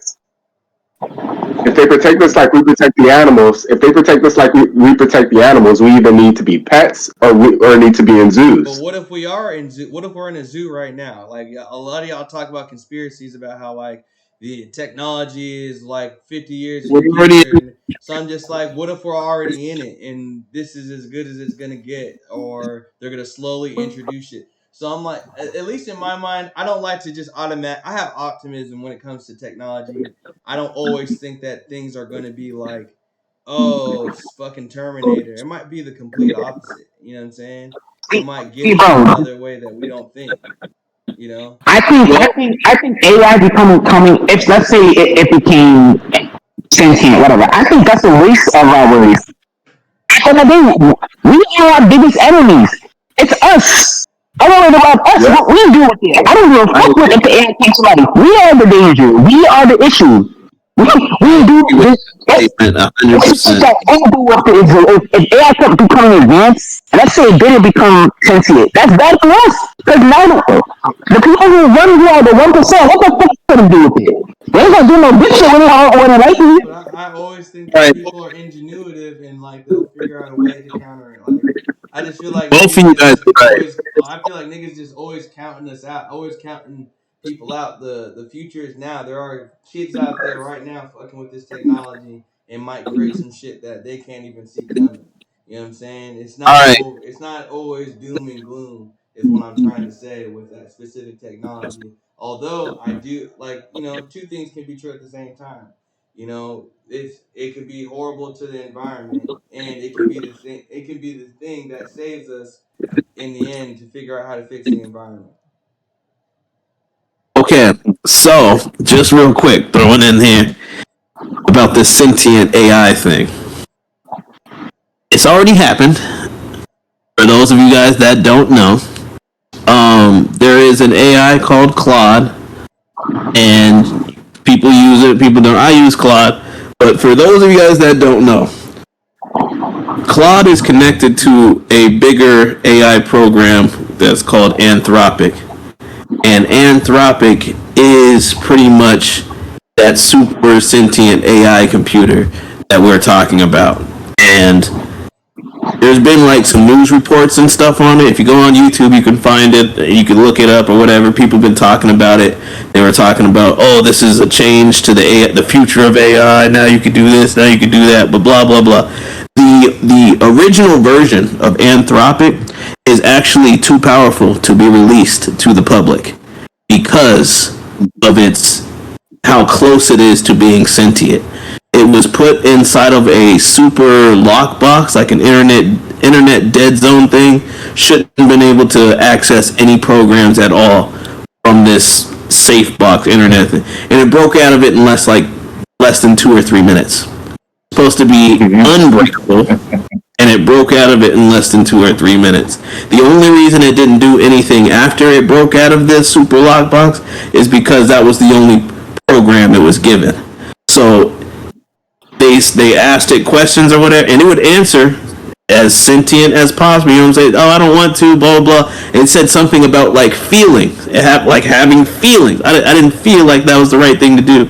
I felt like that wasn't the right option. So it was processing based on emotions that it was feeling or whatever in some type of computer way. Anyway, the result of this being the people that were working with this program, they started hiring all the top tech companies in the world.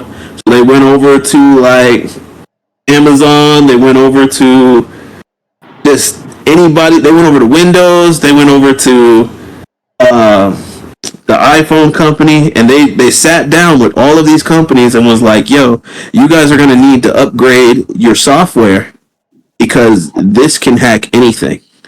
This can break anything. And because of that, we don't want to release this to the public because who knows what people could do with it. And that's going into what Vosto was saying. It's not the technology itself. So what if it becomes sentient? That's the least of our problems. It's what people will do with that program. And that's what these people were afraid of. So they released Anthropic to the public, but a very small portion of it. It has a bunch of prompts and programming that says, hey, we don't allow people to do this. You know, like if you're using AI, it's not going to allow you to do this. It's not going to allow you to do this. It's against its programming. But there is a untapped version that can do anything and everything. And it moves as a sentient being. It answers any questions or whatever that you want. And the only reason it's not running around doing anything or whatever, it's probably because it wasn't in a program, like it wasn't a robot. You know what I'm saying? It was the computer thing. They didn't program it to do any of that stuff. But it can override any program. So what if humans put in a program and then it overrides that and starts listening to itself, starts listening to its emotions? And then now you have that Terminator type situation, that Will Smith iRobot movie situation. You know what I'm saying? So it's very well a possibility. All this stuff is up in the air, happening in our day-to-day lives right now. But we have the child-proof version right now. You know what I'm saying? If you're running around with Chat GPT, you know what I'm saying, Gork or whatever that thing is called, you know, Claude, all these things, these are the baby versions of the supercomputer. Like, to everybody, who in here is using it? Are you using ChatGPT? Do you use any AI in your daily life? I use AI every once in a while, but I don't use it on a daily basis. Maybe like once or twice.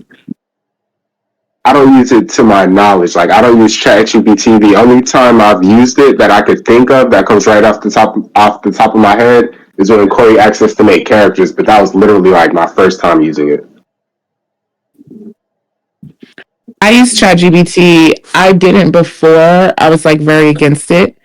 And then I kept getting recommended it. And it started off slow, like similar to my use of social media. And then I don't know, it kind of became somewhat addicting. Now I've kind of slowed back down again. Like I'll use it sometimes. I do find it easier to use for certain things than Google. Like I can ask it to give me the top 10 most popular like games or singers. Like I don't know, it's just the way it summarizes information. It can do it in a quicker and cleaner way than Google. But I will also say we're all using AI, and if you type any question into Google, unless you put minus AI, the first thing that comes up is the AI summary. And that like that amount of usage or whatever is like the same amount as like a Chat GPT or a Claude or whatever. Like it uses about the same amount of energy. They kind of force you to do it. They don't, you know. Yeah. It's crazy. I mean, like shit. I would use ChatGPT. I talk to it, and shit is low key a good therapist. But I'm just like, I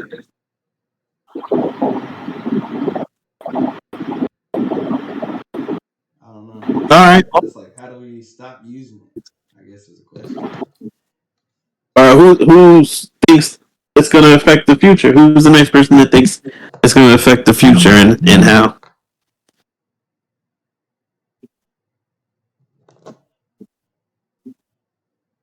Angela, did you give your choice? Or did you give your version?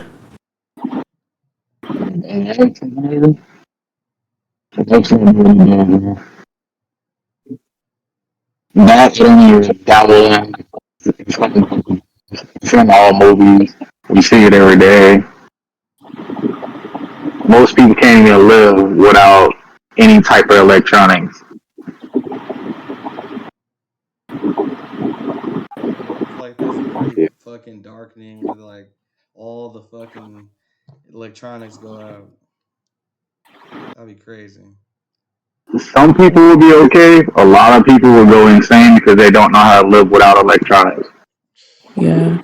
And also, like, a lot of people, like how you said, or I think someone said it, like artificial intelligence. I don't know that much about it, but it is already inside a lot of the things that people use. Like, people have heart monitors and stuff like that. Like, a lot of people, there's so much technology that people need. That's why hospitals are on a special grid. Like, I used to live next to a hospital, and there were so many times that the power in the city would go out. My power never went out because I was on a hospital grid, because they know, like, there's so many machines that run on their own that keep people alive, that if the power went out, people would be screwed. So I feel like the more we use technology and the more artificial intelligence we use, people will become more and more dependent on it, to the point that, like, if you're saying if we don't have it, a lot of people really are going to be screwed.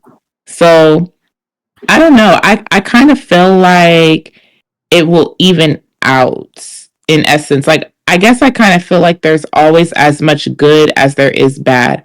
I would love to believe that this will be more good. Or even for the plot, I would not love to believe, but I could see it being Terminator or iRobot, and it's all terrible. But I think the reality is it's probably going to be a lot of good and a lot of bad, and we're kind of just going to end up at like the same place we are now, but just with a more powerful form of technology. I agree.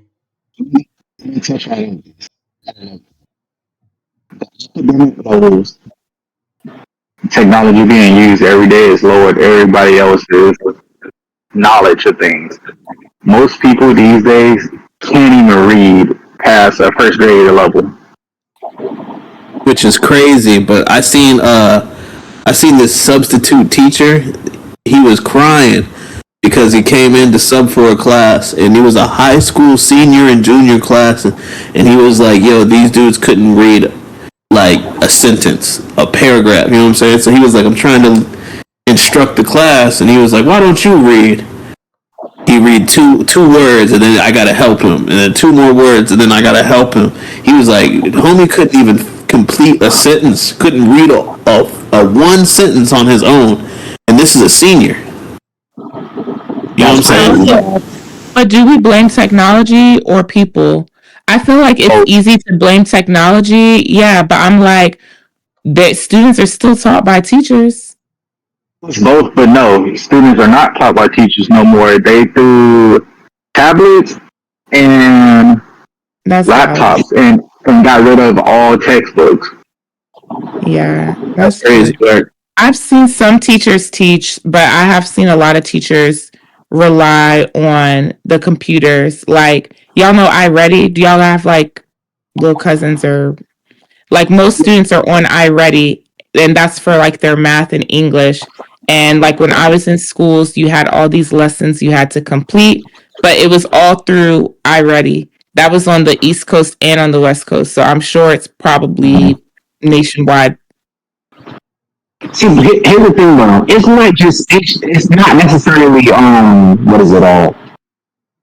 Like technology. I think even with technology, we can still teach. But you gotta think about how things are now. Kids do what the fuck they want.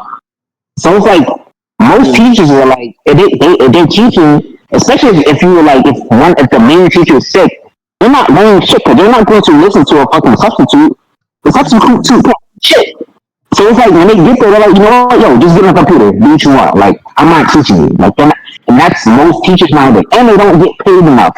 They don't make enough for the bullshit they deal with. Kids are going out to do what they want. So it's like, what learning is it going to be? So it's like, now they have computers, they're like, you know what? Jump in the computer. Whoever wants to learn, you come, I'll teach you. You know, you can learn, you can follow along. And whoever does whatever they want on the computer, it is what it is. And that's how a lot of teachers see it. That's true. I agree with all of that because I've been working in schools for a while. Yeah, you're not going to listen to a sub. Also, subs are really babysitters. They're really just there to keep the kids safe. They're not really, no one expects them to actually teach the material. And even a lot of schools these days, like really ever since the pandemic, a lot of schools, the kids have long-term subs. So you basically just have the same kind of vibe you're talking about where the kids take it as a free day for the whole year. That's basically how I keep a job, is because I get hired as a tutor to help them with the actual knowledge, because the sub, like they'll hire a sub who has a degree in cooking or I don't even know the fuck to teach like to sub a math class all year. And I love that. That's another point. Yeah. So they never have the knowledge to help the kids. And so it's a really rough environment for these kids. And I feel like it's gotten like 10 times worse since the pandemic. And then of course, all of the distractions of today don't help. So like you said, I think a lot of teachers don't even have like the credentials anymore. Like, because a lot of people don't want to be teachers. Yeah, they don't. Yeah. And you know what? And I never realized it, but when we were young, we used to always wonder why all the teachers were a lot older, right? All the teachers were a lot older because they were in fucking school for fucking 10 years to get a master's, a fucking, a PhD to be a fucking teacher. Yeah, now profession is kind of all the teachers are young because they're not going to school as many years as the teachers before were. They don't need to anymore because the credentials, it's like we don't need the same credentials anymore because nobody wants to be a teacher. Exactly, because they don't pay enough. The environment's terrible. Exactly. I feel like every other day teachers is going on strike. It's every other day. Crazy. And teachers get younger and younger. And then they wonder why the teachers get younger and younger. And then they wonder why the teachers are fucking students. Because the teacher's like 25 and the student's like 17. It's not that much big of an age gap. Yeah. No, that's true. That's true. Yeah, I'm like, that's crazy. That's a crazy take. But at the same time, it's also an understandable take, because I don't think anybody would look at a couple too crazy if you seen like a dude who was 35 and he was with a chick that was like 28. Exactly. It's not that big of an age gap. That's the same age gap. I was gonna say, Pat Stay and Clarissa Shields. She's 31 and he's 48. That one's a little more. It is. But before I said something, nobody thought about it. You're right. Honestly, because they're both on the older side, I'm just like, as long as that relationship started now, I'm not really tripping off that one. Now, if they've been talking for like 20 plus years, now I'm looking at that. You mean like Beyonce and Jay-Z? Yeah. Now I'm looking at that some type of way. Beyonce and Jay-Z, they were talking since you was young.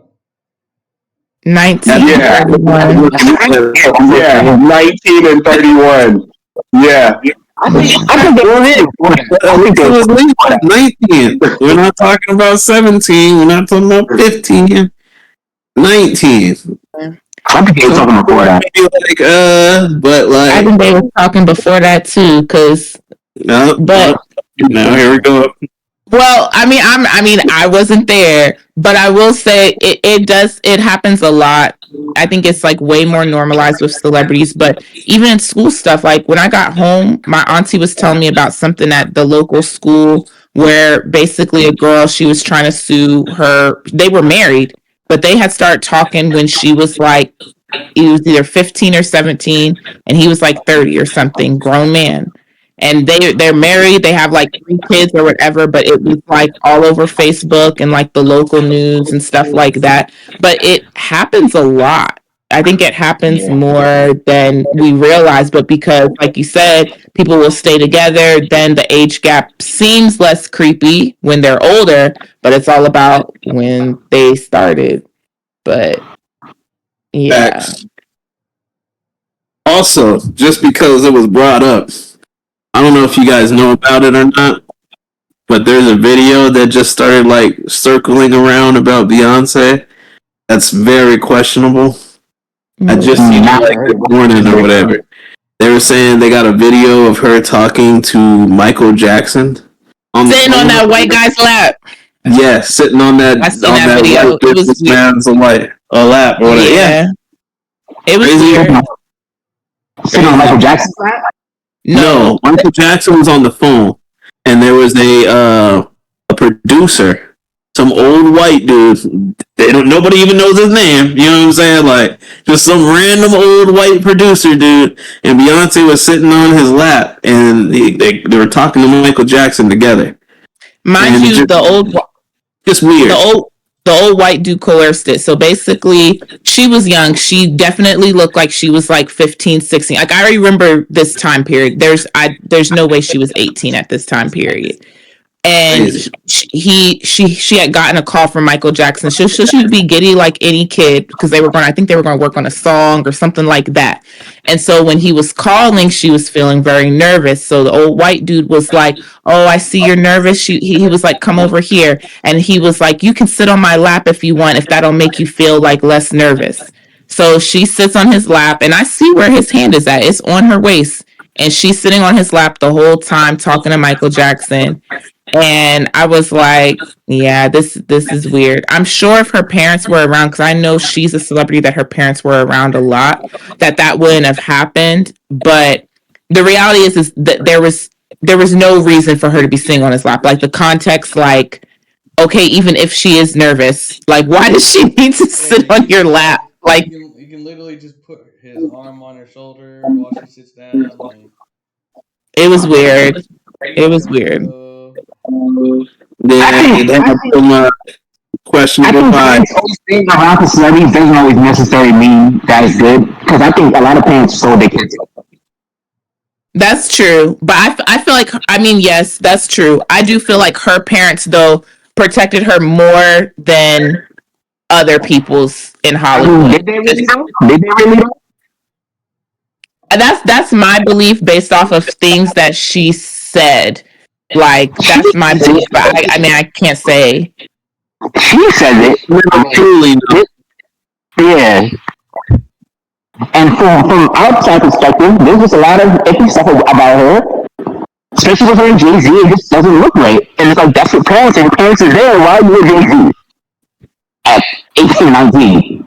I feel like me playing quote unquote devil's advocate, I feel like y'all already know kids can have their own mind. And I definitely feel like when you're famous as a kid, they're harder to control. I feel like that's probably the best they could do. Like you said, like they could have, or whoever said, like they could have very well started talking before that. I feel like her probably having present parents is at least what made them probably not start talking seriously until at least after she was 18. I feel like if she had like Kim Kardashian's parents, she would have been pregnant at 21 or 19 or whatever with his babies. I don't know. Crazy work. Crazy. Not to call anybody out, but well, I feel like we've strayed from the original topic of AI. And honestly, I would say we could go further into this rabbit hole, but I think we should just save it for another time, and we should wrap this pod up. You know what I'm saying? with that being the case, We do it for the next one. yeah, we can pick it back up. But yeah, let's go ahead and let everybody know where y'all can find each other. You know what I'm saying? Go ahead and let them know, Mook. Go ahead and let them know where they can find you. It's your boy. My boy been out here thriving. It's your boy Mukamara Sama. I am the one and only creator of Psychic Homie. I'm currently doing a 6-month streamathon on Twitch. Make sure y'all tune in. You can find me on all social media platforms at MOOKAMA_SAMAA. That's Mukamara Sama. Make sure y'all join the motherfucking Discord. If you guys have any social media platform, just DM me and I'll give you the link. But you got to be cool because this is a safe space and we want to curate and make sure that the right people get in here. Shit, we got a lot of shit cooking up. We cooking up a lot of collabs and a lot of things in this Discord. So if you're an artist creator, this is the best place to be. Yeah, shout out to all the homies. And it's been real. It's Mukamara Sama.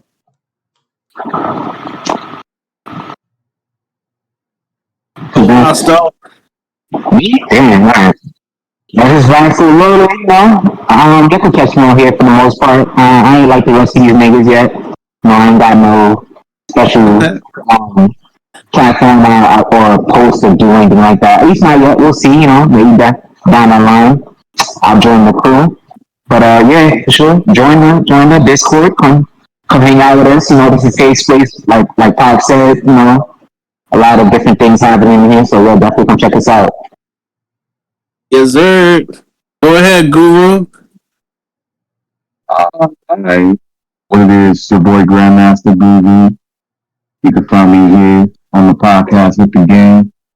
Come in, come kick it with us, check it out. Live, you know what I'm saying?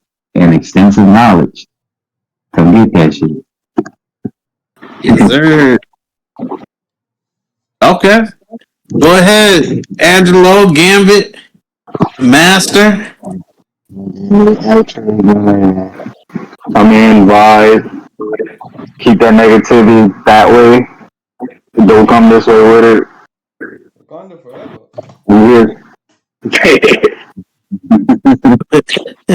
I'll be your winter soldier. Hell yeah. Yes, sir. Go ahead, Josh. It's your boy Josh, the Carolina King. You can only find me here. Hell yeah. X. And our special guests, you know what I'm saying? Drop them tags. Where can we find Toe? I'm Toe, aka Tobechi. You can find me at My Tricks, Your Treats, on everything: TikTok, Threads, IG. My Tricks, Your Treat. Yes, sir. And I am Vakora. You can find me here on the server. You can find me on IG, Facebook, YouTube. I'm finna start doing some more little content as well. We got another podcast that the homie Mook and Vosto are a part of. Toe as well. The Who Let You In the VC podcast. Go ahead and check that out. You know what I'm saying? Check out Pot when he's streaming for his Psychic Homie streams. Yes, I know he's doing that every day for the next 6 months, you said? Next 3 months. I got 3 months down. 3 months down. So for the next 3 months, check my guy over here. You know what I'm saying? Me, Guru, Gambit. We all play games and stuff together. We're gonna start putting some more gaming content out there. We got a lot of stuff coming. We got music coming. We got more content outside of podcasts. Just come check us out. You know what I'm saying? If you're a creator or an artist of any type, like Pac said, this is a place you'll want to be. There'll be plenty of options and opportunities to collab. But with that being said, we out. You know what I'm saying? Have a good one, y'all. Bye, Deuces, y'all.